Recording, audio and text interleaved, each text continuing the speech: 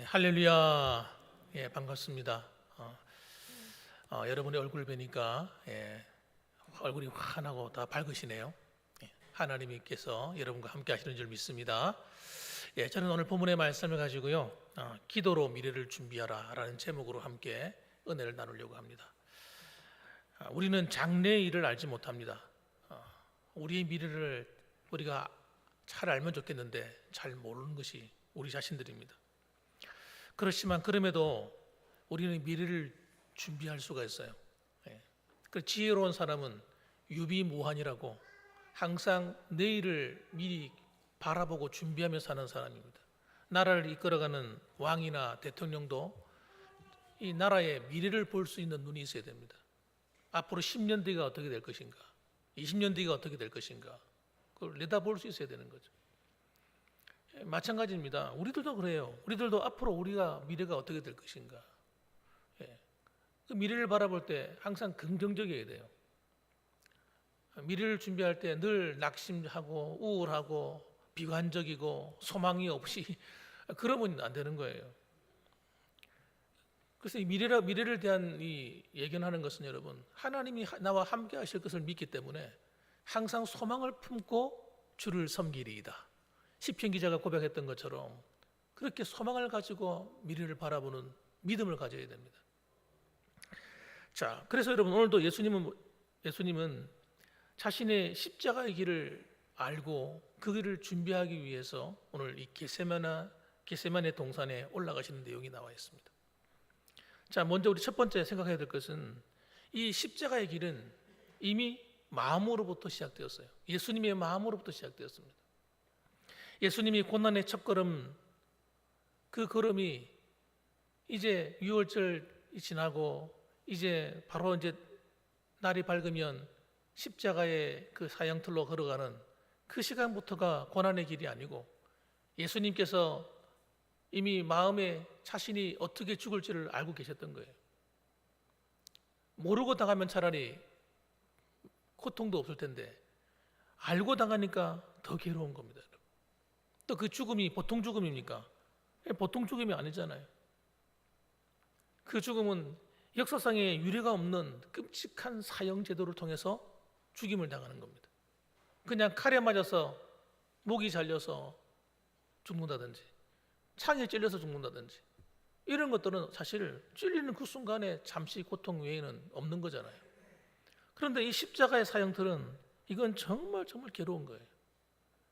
사형장에 들어가기 전에 이 온몸을 채찍으로 맞아서 여러분 그 엄청난 고통을 견뎌야 됐습니다. 죽기 직전까지 두드려 맞는 게 여러분 십자가의 출발이에요, 출발. 그러니까 온몸이 피투성이가 돼가지고 살갗은 다 드러나고, 그래가지고 정상적인 사람이면 능히 지고 갈 수 있는 그 십자가 나무를 들지도 못할 정도로 몸이 상한 상태로, 그리고 십자가를 질 때는 올라가서 여러분 벌거벗긴 상태, 성인 남자로서는 얼마나 수치스럽습니까? 온몸을 다 벗기우고, 그리고 그 손과 발목에 큰 대못을 가지고 두드려서 못을 박습니다. 그런 과정 하나하나가 너무너무 고통스러운 거예요. 그걸 다 알고 있잖아요, 그 사형틀에 대해서. 그러니까 예수님의 마음은 이미 벌써 고통스러울 대로 고통스러운 거예요. 예수님은 하나님의 아들이기 때문에 전혀 안 그랬을 것이다, 담대했을 것이다. 예수님은 하나님의 아들이기 때문에 고통도 못 느꼈을 것이다. 그렇지 않습니다. 예수님은 하나님의 아들이시면서도 또 사람의 육체를 가지고 있습니다. 그리고 이 땅을 살아가면서 당하는 배고픔부터 시작해서 여러 가지 고통을 전부 다 겪어야 했어요. 죽으실 때 십자가의 그 사형틀도 여러분 다 겪는 거예요, 그 고통을. 그래서 보십시오. 33절을 한번 보십시오.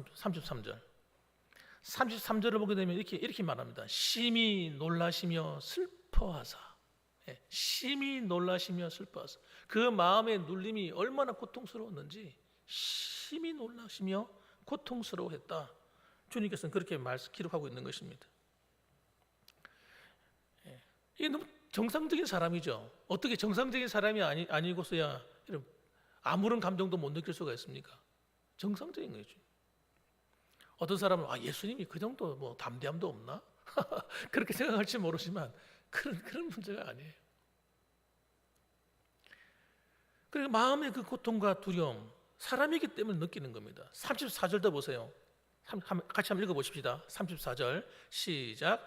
말씀하시되 내 마음이 심히 고민하여 죽게 되었으니 너희는 여기 머물러 깨어 있으라 하시고, 6월절 최후의 만찬 후에 겟세마네 동산에 오셔서 기도하러 올라가시는데, 이 겟세마네라고 하는 이 이름의 뜻이 뭐냐면 기름 짜는 곳, 이런 뜻입니다. 기름을 짜는 곳이에요. 감람류 열매를 집어넣고 틀에다 집어넣고 막 짜서 기계로 짜내는 거죠. 주님의 마치 이건 주님의 마음을 표현하는 것 같아요. 마음이 얼마나 힘든지 고통스러운지 마치 기름을 짜듯이 그냥 자기를 확 압착시켜 가지고 그냥 꽉 누르는 것 같아요. 이 마음이 눌리는 예수님의 마음의 고통입니다. 그래서 여러분, 사람들이 그 학자들이 하는 이야기가, 사람이 죽음 앞에 딱 서게 되면 죽음을 느끼고 예견할 때가 오는데 그때가 그렇게 마음이 고통스럽대. 죽는 그 순간보다 자기가 죽는다고 느낄 때, 그때 그 예견될 때 마음이 두렵고 고통스럽다는 거예요. 사랑하는 성도 여러분, 예수님은 그 십자가의 고통을 그냥 당한 게 아닙니다. 정말 마음으로부터 시작해서 육신에 이르기까지 온 몸과 마음이 전부 다 찢기시고 상처받으시고 고통당하셨던 거예요. 그래서 주님은 이것을 자기 힘으로 감당할 수가 없었어요. 그러니까 이건 기도할 수밖에 없는 겁니다. 하나님께 기도하러 올라가는 거예요. 보세요. 우리 두 번째 봐야 될 장면은 예수님이 간절히 기도하는 장면입니다. 35절 말씀 우리 같이 한번 읽어보시겠습니다. 35절 6절 말씀 한번 읽어봅시다. 시작. 조금 나아가사 땅에 엎드려 될 수 있는 대로 이때가 자기에게서 지나가기를 구하여 이르시되 아빠 아버지여, 아버지께는 모든 것이 가능하오니 이 잔을 내게서 옮기시옵소서.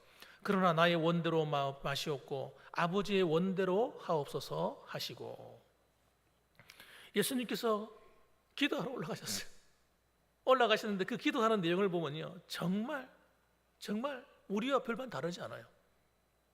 우리의 마음하고 절대 다르지 않습니다. 뭐라고 기도합니까? 이 고통이 지나갔으면 좋겠다는 거예요. 이걸 좀 건너뛰었으면 좋겠다는 겁니다. 그래서 기도하는 거예요.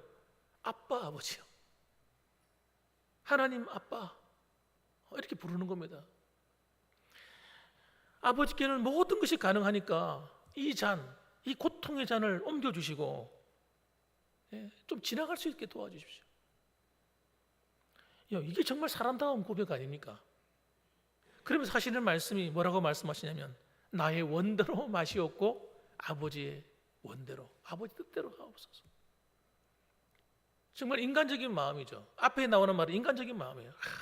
여러분과 저와 똑같은 마음이에요. 이거 고통 안 당하면 안 될까요? 그러나 하나님 아버지께서 원하시는 뜻대로 하십시오. 기도합니다. 그럼 왜 이렇게 기도했겠습니까? 기도하는 이유는 기도할 때 우리의 마음의 무거운 짐이 여러분 덜어지기 때문입니다. 기도할 때 여러분 마음의 고통이 위로를 받아요. 예수님은 십자가의 길을 향한 마음의 고통을 하나님께 하소연했습니다. 그 마음을 누가 알아주겠습니까? 제자들이 알아줍니까? 3년 반 동안 함께 했던 제자들이라도 좀 예수님 마음을 알고 같이 기도해주고 같이 힘내십시오. 주님, 우리가 뒤에서 기도하겠습니다. 이렇게 나와주면 좋겠는데 이 세 명의 제자는 기도할 생각도 하지 않아요. 졸고 있고 무슨 뜻인지도 몰라요. 왜 오셨는지도 몰라. 이 자리에 여러분의 마음에도 고통이 있을 수 있습니다. 불안한 마음이 있을 수 있습니다. 마음의 고통이나 불안한 마음이나 이런 답답한 마음이 있을 때 그냥 TV나 틀어놓고 보든지 아니면 가서 사람들 만나가지고 사람들한테 위로받으려고 하고 이래가지고는 해결이 안 되는 겁니다. 해결이 안 돼. 하나님 앞에 엎드려야 되는 거예요. 내가 어느 곳에 있는지 그게 중요한 게 아닙니다. 내 마음의 고통이 올 그 즉시 그 자리에 엎드려서 하나님께 기도하는 거예요. 하나님, 내 마음이 좀 이렇습니다. 내 마음이 지금 불안합니다. 내 마음이 너무 힘들어요. 하나님, 다 좀 도와주세요. 이렇게 기도하는데 이것이 아무것도 아닌 것 같아도 아무것도 아닌 게 아닌 거예요. 이게 어마어마한, 영적인 세계에서는 어마어마한 거예요. 전능하신 하나님이 나의 기도를 들으시기 때문입니다. 그래서 보십시오. 예수님이 간절히 기도하고 있으니까 기도할 때 영적인 세계에서요, 이 역사가 일어나기 시작해요. 천사들이 나타났습니다. 43절 말씀 보면 천사가 하늘로부터 예수께 나타나 힘을 더하더라. 누가복음 22장에 나오는 이야기죠. 똑같은 본문인데 누가복음 22장 40절에 나타나서 천사가 하늘로부터 예수께 나타나 힘을 더하더라. 누가복음 22장 24절에 이렇게 나옵니다. 예수께서 그러니까 힘쓰고 해서 더욱 간절히 기도하시니. 여러분, 기도도 여러분, 시작은 여러분 내 마음이 답답해서 시작하지만 그 기도가 힘을 얻기 위해서는 하나님이 도와주셔야 돼요. 기도도 여러분 성령님이 도와주시는 기도가 되어야 됩니다. 내가 내 힘으로 기도하면 되겠지 하지만 내 힘으로 하는 기도는 얼마 못 가요. 얼마 못 가. 기도 좀 하다가 푹 꺼져버리는 거예요. 마치 바람 빠진 풍선처럼 말이죠. 뭐가 바늘로 쿡 찔러버린 것처럼. 기도하다가 갑자기 힘을 잃어버리는 거예요. 그래서 이렇게 기도하는 사람은, 육신의 힘을 입어서 기도하는 사람은 이렇게 말하게 돼 있어요. 기도 이거 정말 힘드네. 못 해먹겠네. 기도가 왜 이렇게 힘들어? 기도 이건 목사님이나 뭐 이런 분들이 하는 거지 나 같은 사람은 기도 못해. 기도해도 별 볼 일 없구만. 여러분, 절대 그렇지 않습니다. 기도는 놀라운 거예요. 영적인 세계에 엄청난 역사를 일으키는 겁니다. 기도가. 기도할 때 여러분 하나님이 도우시는 겁니다. 성령님이 역사하신 기도가 되도록 기도해야 됩니다. 그래서 하나님께 요구하셔야 돼요. 하나님, 내가 기도할 수 있는 힘을 달라고 기도하셔야 돼요. 이 우스운 이야기 같지만 정말이에요. 성령의 충만함을 달라고 기도하셔야 돼요. 성령의 능력을 덧입어서 기도할 수 있도록 도와달라고. 기도하다가 지치면 천사들을 보내셔서 가지고 하나님, 나를 기도할 수 있도록 도우라고. 예수님처럼 좀 날 도와주십시오. 그러고 기도하시는 거예요. 그래서 여러분, 우리 앞에 놓여진 앞길에 예수님 앞에 간절히 기도하는 이 훈련이 여러분 우리의 미래를 바꿔놔요. 우리 앞날을 바꿔놓습니다. 우리 자녀들의 미래를 변화시켜 버려요. 그러니까 여러분 얼마나 이게 축복된 건지 몰라요. 기도는 하나님이 우리에게 주신 최고의 선물입니다. 최고의 선물. 한번 따라합시다. 하나님이 주신 최고의 선물이다. 뭐가요? 기도가요. 기도가 최고의 선물. 그래서 여러분이 기도하면요 하나님이 일하시는 거예요. 하나님이 여러분이 부르짖으면 하나님이 여러분을 도우시려고 다 만반의 준비를 하고 계시다가 야 빨리 가서 도와줘. 빨리 가서 도와줘. 하나님이 막 일하시는 거예요. 그래서 여러분 기도를 할 때 어떻게 기도해야 됩니까? 끝까지 기도하셔야 돼요. 기도를 놓으면 안 돼요. 기도 제목을 가지고 시작했으면 이 기도 제목이 응답받을 때까지 기도하셔야 돼요. 길을 가다가도 기도하고 집에 앉았을 때도 기도하고 일하다가도 기도하고 이왕 기도하려고 칼을 뽑았으면 뭐 무라도 잘라야지. 기도하다가 푹 꺼져버리고 이렇게 기도하면 안 됩니다. 기도는 쉬지 않고 하는 거예요. 낙심하지 말고 기도하셔야 돼요. 미국의 오하이오주에서 태어난 한 사람이 있었습니다. 이분은 소녀의 소녀, 어린 아이입니다. 여자아이입니다. 비버리 스미스라고 하는 이름을 가지고 있는데 이 비버리 스미스, 이 아이는 태어날 때부터 독특한 병을 갖고 태어났습니다. 저는 이거를 듣다 깜짝 놀랐어요.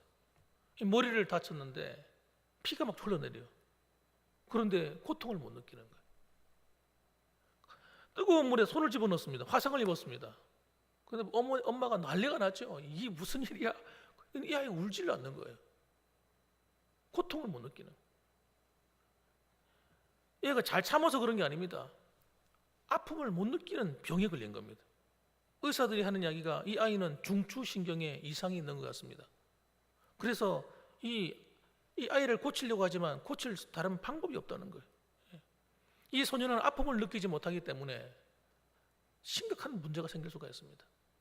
자신의 몸에 병이 들려도 모르는 거예요. 병이 와도 모르는 거예요. 이 아이가 이 고통을 느끼지 못하는 것이 얼마나 비극인지 몰라요. 여러분, 우리가 생각할 때 아픔을 느끼는 게 뭐가 좋은 거야, 안 느끼는 게 좋은 거지, 많은 사람들이 그렇게 생각합니다. 그런데 사실은 아픔을 느끼지 않게 되면요, 내 몸의 위기를 못 느끼기 때문에 더 큰 심각한 병에 걸리거나 문제가 생겼을 때 우리가 대처를 하지 못하게 되는 거예요. 그러니까 여러분, 우리가 아픔을 느끼는 이 지각력은 이 굉장히 우리한테 축복인 줄 아셔야 돼요.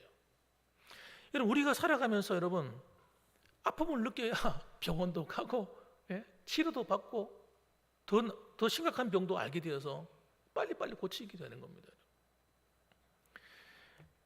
데이비드 블린클이라는 분이 계신데, 이분이 이런 얘기를 했습니다. 하나님은 가끔 빵 대신에 벽돌을 던져주시는데 어떤 사람은 원망하면서 그 벽돌을 차다가 발가락 하나가 부러지기도 한다. 어떤 사람은 그 벽돌을 주춧돌로 삼아서 기막힌 집을 짓기도 한다. 이런 말을 했습니다. 하나님이 때로는 우리의 삶 가운데 고통이라는 걸 주신다는, 고통.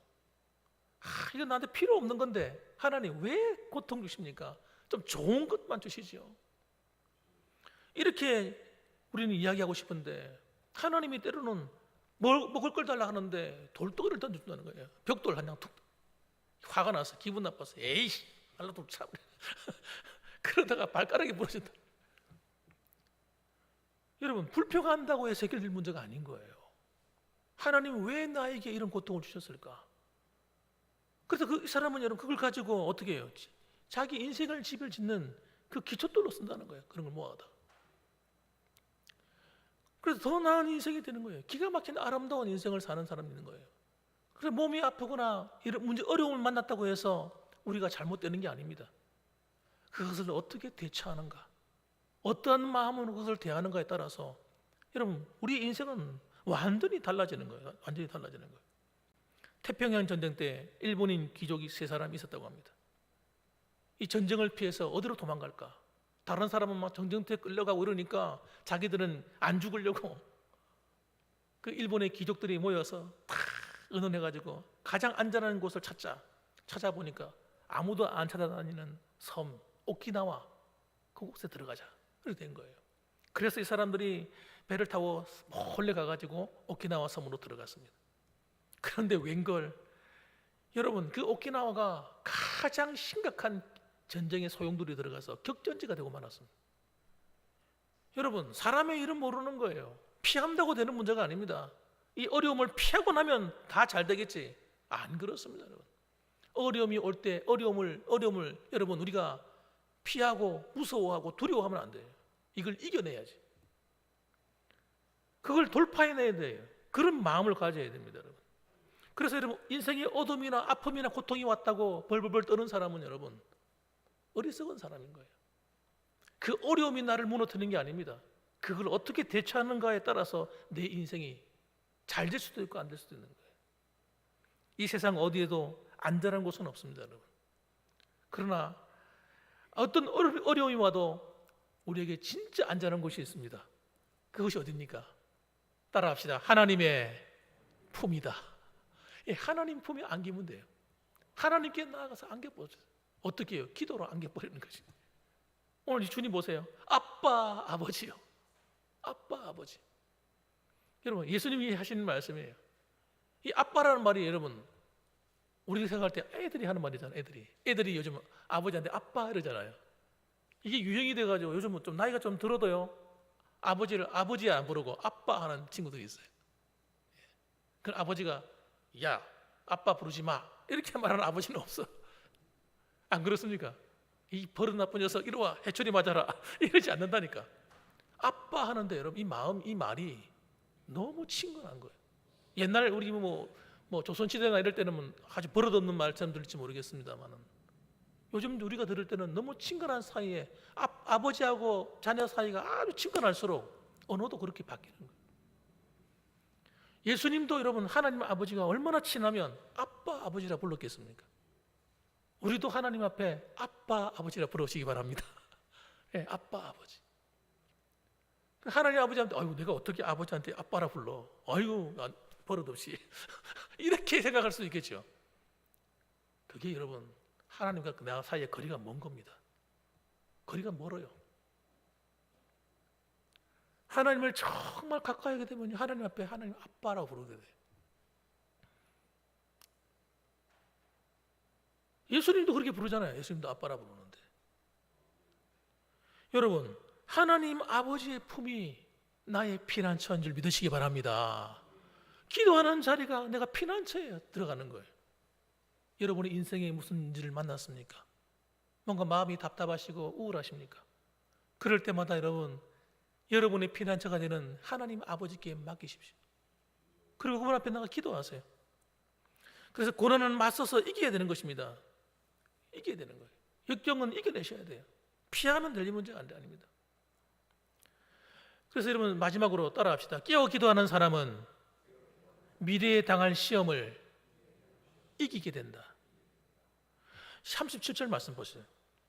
37절 38절 돌아오사 제자들이 자는 것을 보시고 베드로에게 말씀하시되 시몬아 자느냐 네가 1시간도 깨어 있을 수 없더냐 시험에 들지 않게 깨어 있어 기도하라 마음에는 원이로되 육신이 약하도다 하시고 이렇게 말씀합니다.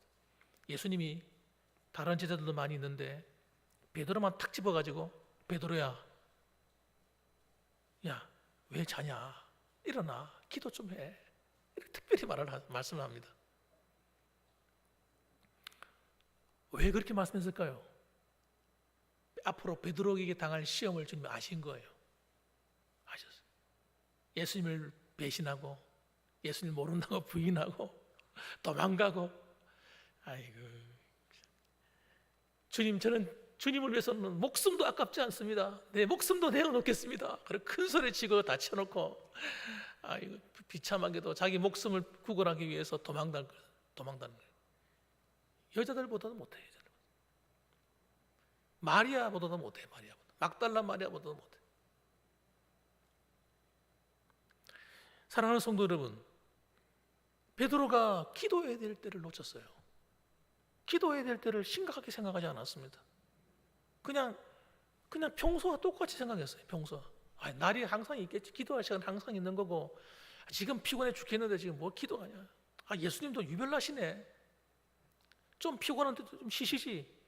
6월절 음식을 먹고 이제 배도 부르고 좀 자야 되는데 그 자야 될 시간에 잠도 안 자고 또 기도한다고 우리를 끌고 와가지고 기도하라고 이렇게 쪼르네.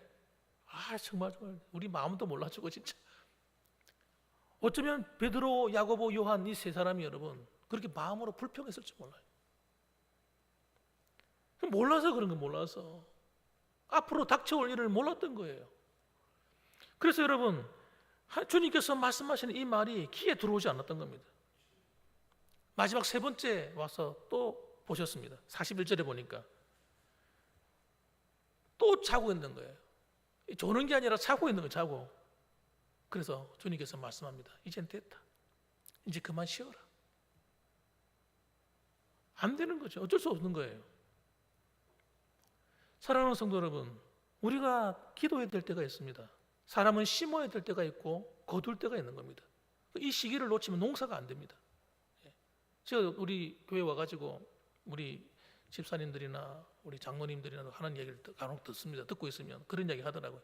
봄에 파종을 할 때 이 농 같은데 바닥 같은 거 싹 잘 해서 정리해야 되는데 그걸 대충 하고 끝내버리는 거예요. 바쁘다고 시간이 없어가지고. 그러니까 나중에 보니까 전부 다 피가 막 올라와가지고 막 밭이 논이 못 쓰게 되더라고. 그런 얘기를 하는 얘기도 들었습니다. 할 때가 있는 거 때가. 여러분 지금 우리 교회는 기도해야 될 때입니다. 기도해야 될 때. 장소는 중요하지 않아요. 새벽에 나올 수 있는 분은 새벽에 나오시고 바쁘신 분은 집에서라도 기도하셔야 돼요. 우리 동네를 위해서 기도하셔야 돼요. 여러분 재산을 위해서 기도하셔야 돼요. 지금 우리 이 동네는 지금 앞으로 어떤 일이 벌어질지 모릅니다. 우리 교회도 어떻게 될지 몰라요. 지금 얘기 들어보니까 기도해야 될 때를 놓치면 안 됩니다, 여러분. 기도할 때는 여러분, 하나님이 기도를 시킬 때는 다 이유가 있습니다. 우리를 위한 어떤 계획이 있는 계획이. 하나님이 약속하신 그 계획은 좋은 거예요, 좋은 거. 한번 따라합시다. 주님이 주시는 계획은 좋은 것이다. 이 좋은 것을 우리를 위해서 계획하고 계신 거예요. 그러니까 이 절호의 기회를 놓치면 안 됩니다. 놓치면 안 돼요. 기도할 때 하나님이 일하실 거예요. 여러분, 그래서 여러분의 가정에도 마찬가지고 자녀들도 마찬가지입니다. 여러분의 자녀들을 기도로 양육하셔야 돼요. 기도로. 이제 다 컸다고 끝난 문제가 아닙니다. 우리의 자녀들은 지금이 중요할 때예요. 지금이. 우리의 손주들과 우리 애들은요, 지금이 중요해요. 우리는 이제 인생을 거의 다 살았습니다만은, 그래 지금 우리 아이들은요, 지금이 아주 인생의 절정을 향해 나갈 매우 매우 중요한 시기에 놓여 있습니다. 그 아이들을 위해서 기도하셔야 됩니다. 기도하면 하나님이 이기게 하실 거예요. 하나님이 도우실 겁니다. 하나님이 일하실 줄 믿으시기 바랍니다. 그렇기 때문에 여러분, 기도를 쉬지 맙시다. 기도로 미래를 변화시키십니다. 그래서 하나님의 은혜가 여러분과 함께 하실 줄 저는 확실히 믿습니다. 아멘. 기도하겠습니다. 우리 이 시간 같이 한번 기도하시죠. 기도할 때 하나님, 예수님께서 겟세마네 동산에서 기도하신 것은 제자들의 눈에 볼 때는 왜 저렇게 열심히 기도하시는지 이해가 안 되는 일이에요. 왜 자꾸 와가지고 피곤한데 기도하라고 하는지 이게 이해가 안 됩니다. 그런데 주님은 알고 계세요. 우리의 앞날을 알고 계시고 제자들의 앞날을 알고 계신 겁니다. 여러분, 기도하십시다. 하나님 아버지, 우리에게 기도의 문을 열어주시고 우리가 기도할 때에 하나님 이 땅을 축복하시고 이 군위가 영적으로 변화되는 거룩한 땅이 되게 해주시고 우리 교회가 하나님의 복을 받아 아버지 이 전 세계를 향해서 복음의 사명을 감당하는 교회가 될 수 있도록 도와주시고 우리 자녀들의 앞날을 축복해 주셔서 우리 아이들의 인생에 하나님이 함께 하시는 놀라운 삶을 살게 해달라고 우리 이 시간 다 같이 한번 주여 일창하시고 한 목소리로 기도하시겠습니다. 다 같이 기도합니다. 주여, 거룩하신 아버지 하나님